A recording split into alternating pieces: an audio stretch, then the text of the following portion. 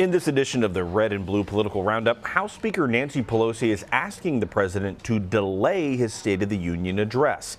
In a letter to Mr. Trump Wednesday, Pelosi cites safety concerns. Now, she points out the U.S. Secret Service hasn't been funded for 26 days. It's the lead agency responsible for coordinating the event. And despite the letter focusing on security, politics of the shutdown made their way into the conversation.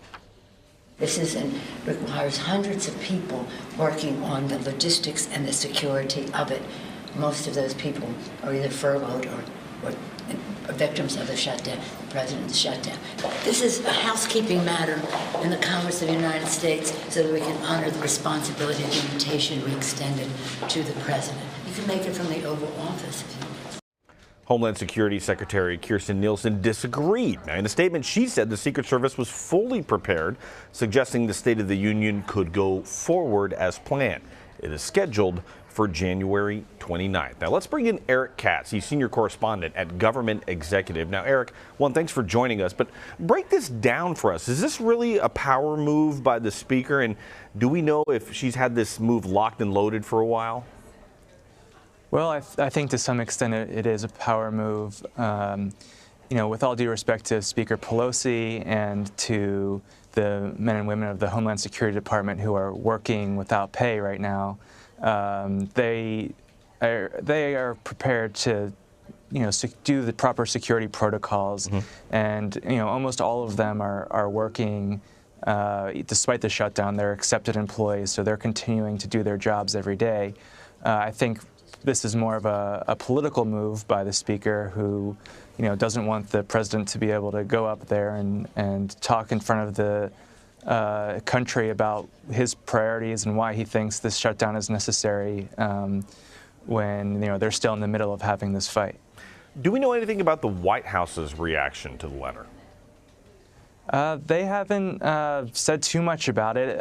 They are, you heard from Kirstjen Nielsen, the DHS secretary, who said they're ready to move forward. They don't see this as a problem. I believe the president feels similarly, but he hasn't come out and made a big proclamation one way or the other if he's going to accommodate the Speaker's request, Speaker Pelosi's request, or if he's just going to say we have to move forward as we planned. Now, meanwhile, this week, several agencies announced the recall of tens of thousands of some furloughed workers. Most of them will return to the IRS. They're going to help out with tax returns. But are there any other plans that are possibly in the mix to ease the shutdown pain until a compromise is finally reached? Yeah, we've seen the administration approach this on a sort of ad hoc basis, kind of picking and choosing what they think would cause the most pains for everyday Americans, and they're trying to mitigate those impacts. Previous administrations have said that the law constrains them and they can't do that, but we're seeing at FDA and food inspectors come back and other sorts of inspectors. We're seeing at the Interior Department some employees coming back to help with land sales and that kind of thing.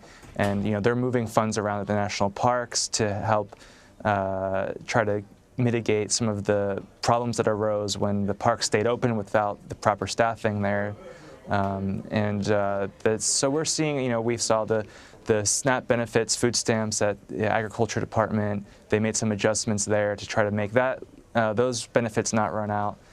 So they're really approaching this, trying to make the pains as little as possible. About 9,000 federal employees in Washington had filed for unemployment benefits during the shutdown, and you reported on this, but kind of explain why that's significant. Well, it's interesting because, like you said, in the Washington region, D.C., Maryland, Virginia, there's this spike in the first couple weeks. We didn't see many employees applying.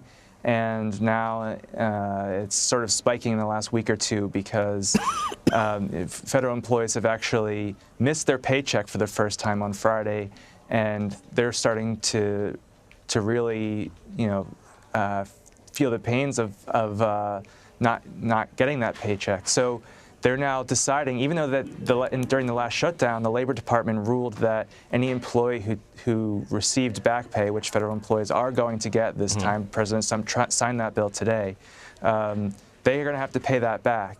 But they're deciding that they want this loan, even if it's temporary, because they need the money immediately. Let's turn our attention now to Syria. 4 Americans were killed in an attack on Wednesday. ISIS claimed responsibility. But how does the White House plan to carry out the withdrawal plans from the country after this attack? Well, Vice President Pence put out a statement today saying, the withdrawal is moving forward as planned. The White House says that they've defeated or crushed ISIS, and they're sticking to that. The argument becomes a little bit more difficult. Are they going to shift their stance? Are you hearing they're going to shift their stance, especially since Vice President Pence says this, and then news of the attack had been made public, but he had been briefed on it. Do you see their narrative changing at all?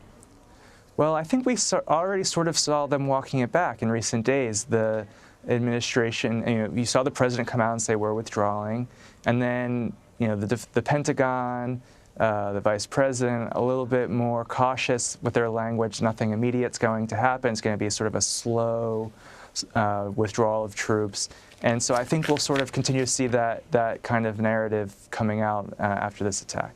And lastly, Senate Minority Leader Chuck Schumer met with the president's Attorney General nominee on Wednesday. And here's what he had to say about William Barr and the Russia investigation. Take a listen.